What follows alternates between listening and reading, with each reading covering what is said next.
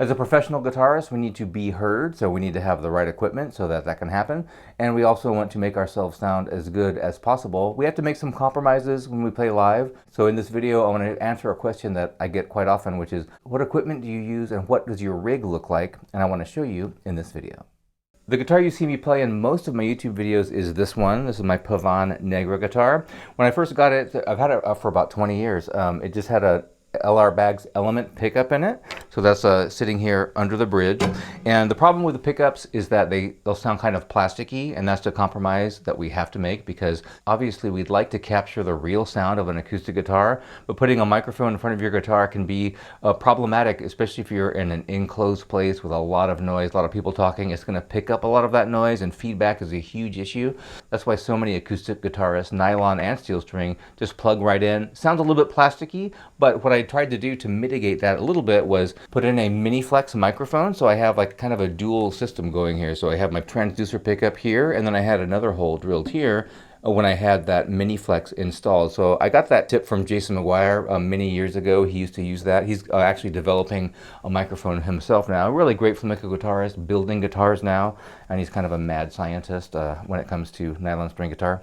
But what I'm doing here is I'm trying to get a little bit of that air sound. So I have those two gooseneck mics in here. You can actually move them around to get different sounds. I really just leave it in there and don't mess with it.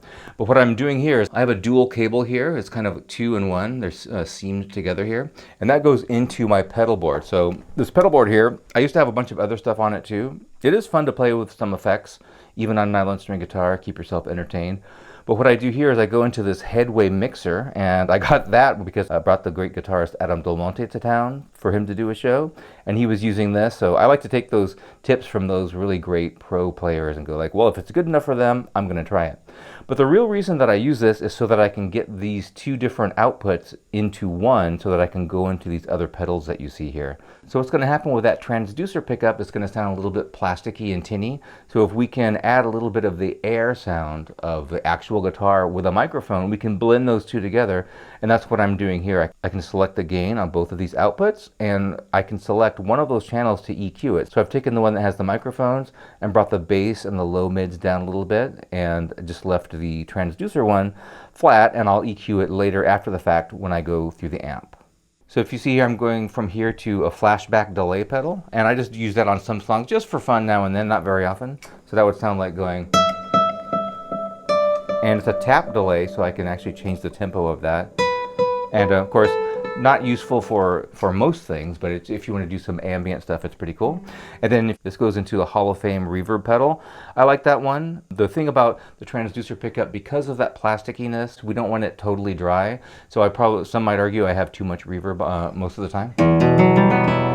But that just gets it sounding a little more professional and makes it sound kind of takes away the harshness sometimes of that pickup. So you can hear if I play a chord and kill it, hear a little bit of space there. Just makes it sound a little more three-dimensional, I think.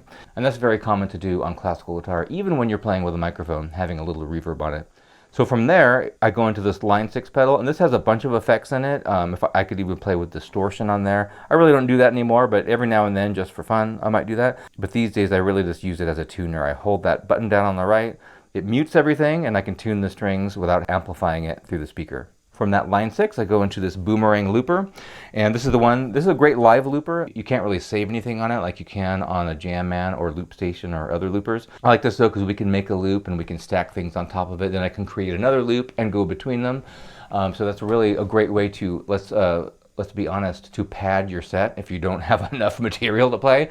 But it really is fun, and it sounds more dynamic too. So that's kind of the interesting thing when you're playing gigs as an instrumental guitarist. You might have some really incredible and advanced material in your repertoire, but what people are going to really react to is when you strum chords and play a melody on top of it. So if I'm going to strum a chord progression, I might go.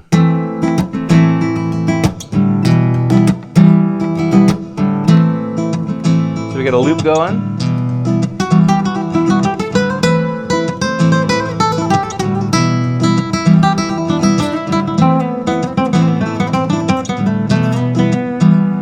So that's absolutely hours of fun there. And it just sounds more dynamic if you're playing by yourself. You can never get a sound like that if you're just playing solo guitar, unfortunately. So it's kind of interesting how that works like that actually, if you know how to improvise, of course. takes a lot less time and a lot less preparation. But I think the best thing is to have some traditional pieces and then some things like this, so we can kind of keep things more dynamic as we go between those two types of playing. So what's happening here after the boomerang is I'm going into this AER speaker. This is made in Germany. A lot of gypsy jazz guitarists use this. It's a really great speaker made for acoustic guitar. And I'm just flat here right now. I've got everything set to the middle, the lows, mids, and highs. And that's all that's happening. So if I needed to amplify myself a lot more, and if there were a lot more people wherever I'm playing, I would have this initial setup, and then from here, take the line out from this amp and then go into a bigger Bose system, which I have, or any other powered PA speaker that I might put way far away. So this is the initial thing, and from here you can just kind of stack speakers on top of it for more volume if you need it. So that's a quick look at what my setup is. I've actually had this for maybe like 10 years. At least, so I haven't expanded on it and looked at any new stuff. I'm sure there's a lot of great stuff out there. I think they're going to get better and better at making pickups that actually sound more like an acoustic guitar.